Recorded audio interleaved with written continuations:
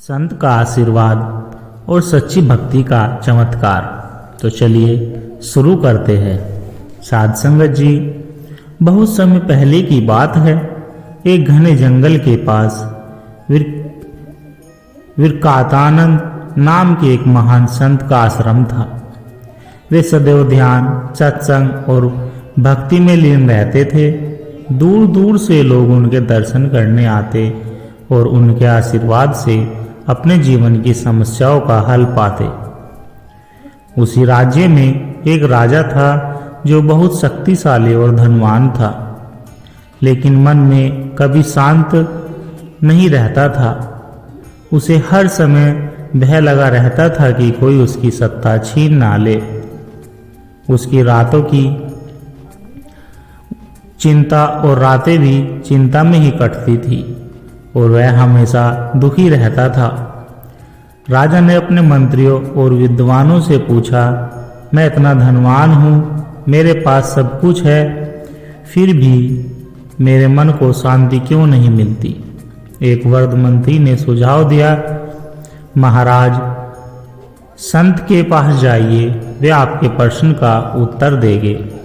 राजा संत के आश्रम पहुंचा। वो विनम्रता से प्रणाम कर बोला, गुरुदेव, मैं सब कुछ होते हुए भी दुखी हूँ, कृपया मुझे शांति का मार्ग दिखाइए। संत मुस्कुराए और बोले, राजन, मैं तुम्हारी सहायता अवश्य करूँगा, लेकिन पहले मुझे तुम्हारी एक परीक्षा लेनी होगी। राजा ने तुरंत हामी भर दी।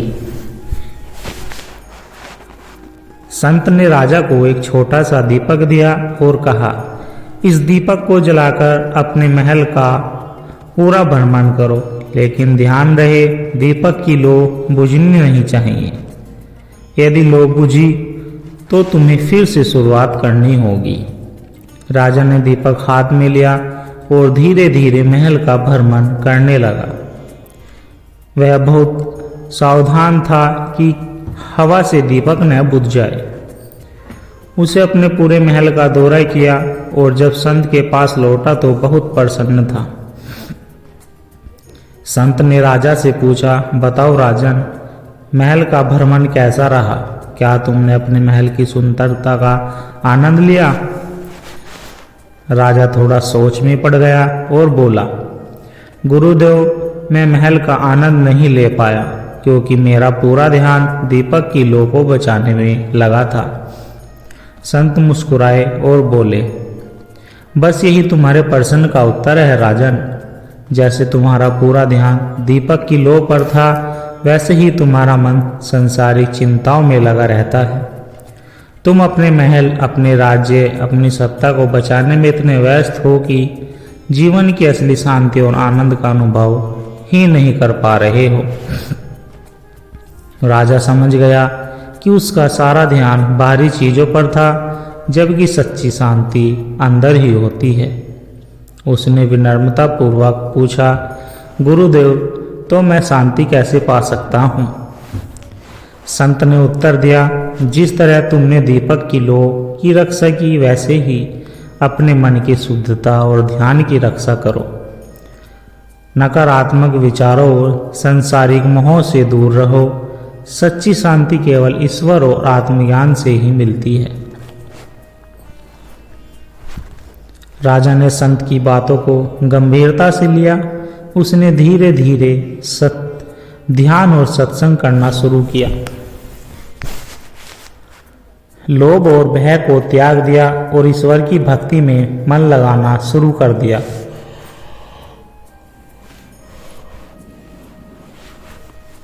कुछ समय बाद उसका मन शांत और प्रसन्न रहने लगा। इस कहानी से हमें यह शिक्षा मिलती है कि शांति बाहरी चीजों में नहीं बल्कि मन की स्थिति में होती है। जब हमारा ध्यान सांसारिक चीजों में अटका रहेगा, हम सच्चा सुख अनुभव नहीं कर सकते। ध्यान, सत्संग और भक्ति से ही मन को सच्ची शांति मिलती है।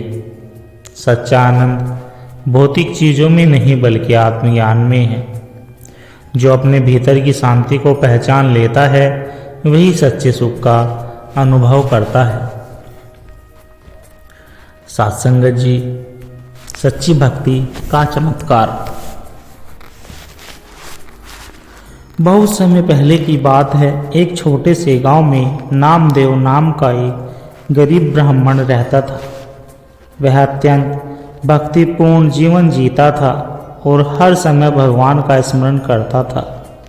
हालांकि उसके पास बहुत धन नहीं था, लेकिन उसके मन में श्रद्धा और संतोष की अपार शक्ति थी।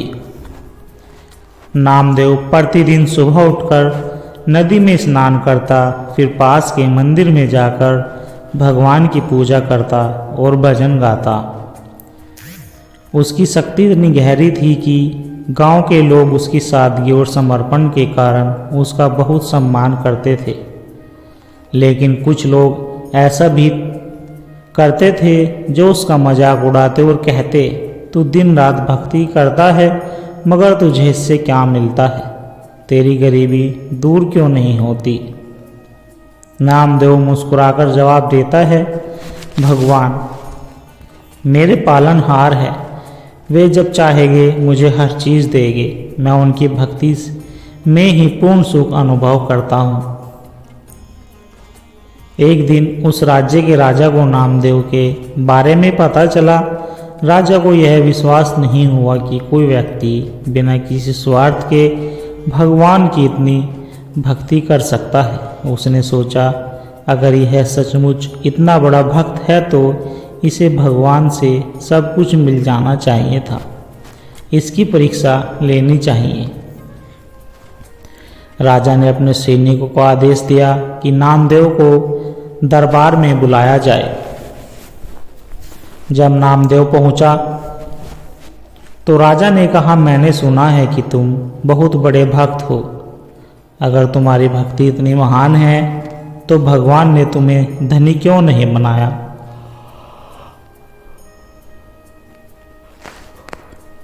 नामदेव ने विनम्रता से उत्तर दिया, राजन, भक्ति का अर्थ सांसारिक धन संपत्ति प्राप्त करना नहीं है, बल्कि आत्मिक सुख पाना है। जो भगवान की भक्ति करता है वह हर परिस्थिति में प्रसन्न रहता है। राजा ने नामदेव की परीक्षा लेने के लिए उसे एक सोने का सिक्का देते हुए कहा, अगर तुम्हारे भगवान सचमुच तुम्हारी देखभाल करते हैं तो तुम्हें इस सिक्के की जरूरत नहीं होगी। इसे नदी में फेंक दो और देखते हैं कि तुम्हें भगवान भोजन कैसे प्राप्त करते हैं। नामदेव ने बिना किसी संकोच के सिक्के को नदी में फेंक दिया और मुस्कुराते हुए बोला, भगवान की कृपा मुझ पर हमेशा बनी रहती है। वे मुझे भूखा नहीं सोने देंगे। उसी दिन शाम को जब नामदेव मंदिर में भजन गा रहा था तो एक अजनबी व्यापारी वहां आया और बोला, मुझे किसी ईमानदार और संत व्यक्ति की तलाश है जो मेरे कुछ काम कर सके। मैंने तुम्हारे बारे में सुना, क्या तुम मेरी मदद कर सकते हो? नामदेव ने विनम्रता से हामी भर दी। व्यापारी ने उसे अपने व्यापार में कुछ सहायता करने के लिए बुलाया और बदले में उसे बहुत सारा अनाज और धन दिया। जब राजा को यह बात पता चली तो वह चकित रह गया। उसने नामदेव को बुलाकर कहा, तुम सचमुच सच्चे भक्त हो। भगवान तुम्हारी देखभाल करे।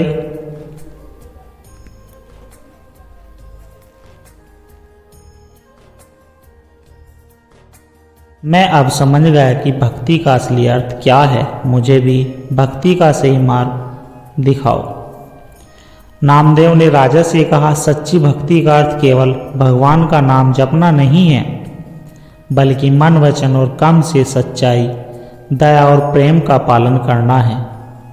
जब हम सच्चे हृदय से भगवान में विश्वास रखते हैं तो वे हमारी हर परिस्थिति में रक्षा करते हैं। साथ संगत जी, इस कहानी विचार से हमें यह शिक्षा मिलती है कि सच्ची भक्ति निस्वार्थ होती है। जो भगवान में पूर्ण विश्वास रखता है उसकी हर आवश्यकता पूरी होती है। धन और संपत्ति ही जीवन का असली सुख नहीं, बल्कि आत्मिक शांति ही सबसे बड़ा धन है। भगवान हर भक्त की परीक्षा लेते हैं, लेकिन अंत में वे अपने भक्तों की रक्षा अवश्य करते हैं। जो सच्चे मन से भगवान को पुकारता है, उसकी पुकार कभी व्यर्थ नहीं जाती। सत्य की राह पर चलना ही सच्ची भक्ति है। सत्य, प्रेम और करुणा का मार्ग ही हमें परमात्मा के निकट ले जाता है। मनुष्य का असली धर्म सेवा और परोपकार है। जब हम निस्वार्थ भाव से दूसरों की सहायता करते हैं, तब हम ईश्वर की सच्ची भक्ति करते हैं। मन की शुद्धि के बिना मोक्ष संभव नहीं। जैसे गंदे बर्तनों में शुद्ध जल नहीं रखा जा सकता, वैसे ही अशुद्ध मन में ईश्वर का निवास नहीं हो सकता। अहंकार सबसे बड़ा ज्ञान है। जो व्यक्ति अहंकार में डूबा रहता है, वह ईश्वर से दूर चला जाता है। विनम्रता ही आध्यात्मिक उन्नति की पहली सीढ़ी है। कर्म करो, फल की चिंता मत करो। गीता में भगवान श्री कृष्ण ने कहा है, हमें अपने कर्तव्य का पालन करना चाहिए, फल की चिंता ईश्वर पर छोड़ देनी चाहिए। सच्चा सुख बाहर नहीं, भीतर है।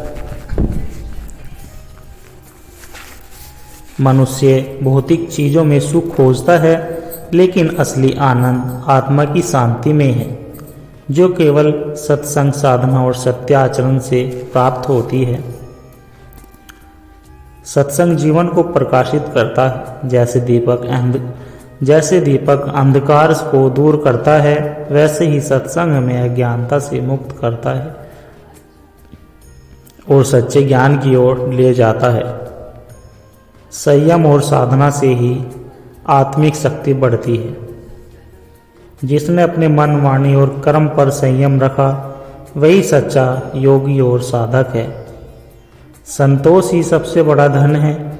जो व्यक्ति अपने पास जो भी है उसमें संतुष्ट रहता है, वही वास्तव में धनी है। भगवान हमारे हृदय में ही निवास करते हैं। हमें बाहर खोजने की आवश्यकता नहीं, बल्कि अपने भीतर झांकने की जरूरत है। ध्यान और भक्ति से हम ईश्वर का अनुभव कर सकते हैं। सत्संग और साधना से जीवन में शांति, आनंद और मोक्ष की प्राप्ति होती है। सच्चा भक्त, भक्ति की शक्ति। बहुत समय पहले की बात है। एक छोटे से गांव में गोपाल नाम का एक गरीब किसान रहता था। वह अत्यंत ईश्वर भक्त और सरल स्वभाव का व्यक्ति था। वह प्रतिदिन अपने खेतों में मेहनत करता और रात में भगवान की भक्ति में लीन हो जाता था।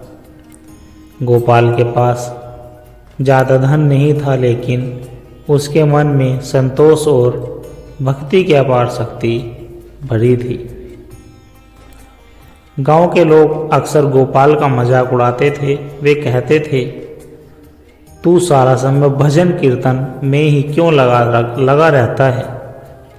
इससे पेट नहीं भरता। अगर भगवान तुझे इतना प्रेम करते हैं तो तेरी गरीबी दूर क्यों नहीं करते? गोपाल सिर्फ मुस्कुराया और बोला, भगवान मेरी परीक्षा ले रहे हैं। जब समय आएगा वो मेरी भी सभी परेशानियों को दूर कर देंगे।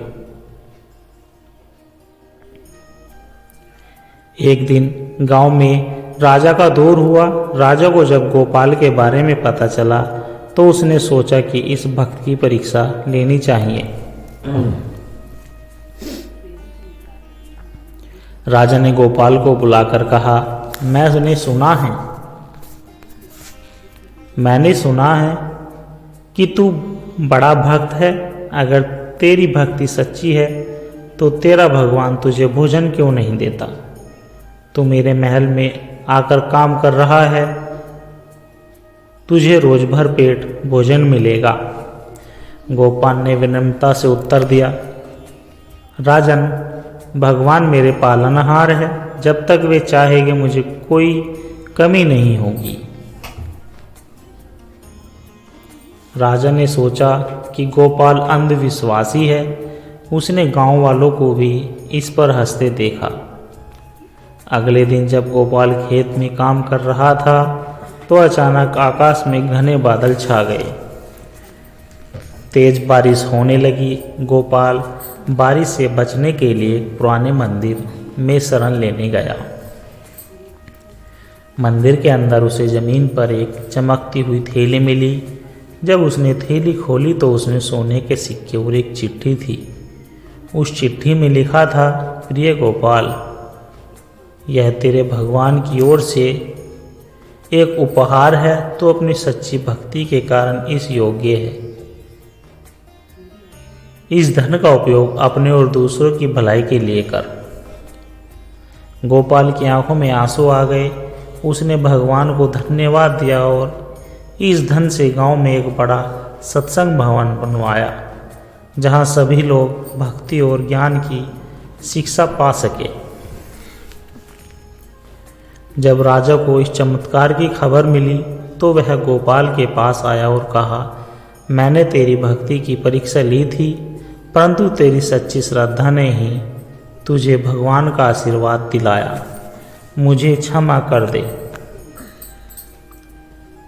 गोपाल ने राजा को क्षमा कर दिया और कहा, राजन, भक्ति का मार्ग विश्वास और धैर्य का मार्ग है। जो अपने मन में सच्ची श्रद्धा रखते हैं उनके लिए भगवान स्वयं मार्ग बनाते हैं। सत्संगत जी, इस आध्यात्मिक कहानी सत्संग विचार से हमें यह शिक्षा मिलती है कि ईश्वर पर सच्चा विश्वास रखने वाले को कोई डिगा नहीं सकता। धैर्य और भक्ति से हर कठिनाइयां पार की जा सकती है। भगवान हमेशा अपने बच्चे और अपने भक्तों की रक्षा करते हैं। जो प्रेम से भगवान को पुकारता है, भगवान उनकी पुकार अवश्य सुनते हैं। सत्संगत जी, दास के द्वारा कही गई बोली गई प्रेरणादायक कहानी विचार अगर आप जी को अच्छे लगे हो तो लाइक कमेंट शेयर ज़रूर कर दे और हमारे चैनल को भी सब्सक्राइब कर दे और दास को आशीर्वाद दे कि हर रोज़ आप जी के चरणों में ऐसी एक सुंदर प्रेरणादायक कहानी विचार लेकर आता रहूं। सत्संगत जी, प्यार से कहना, धन निरंकार जी।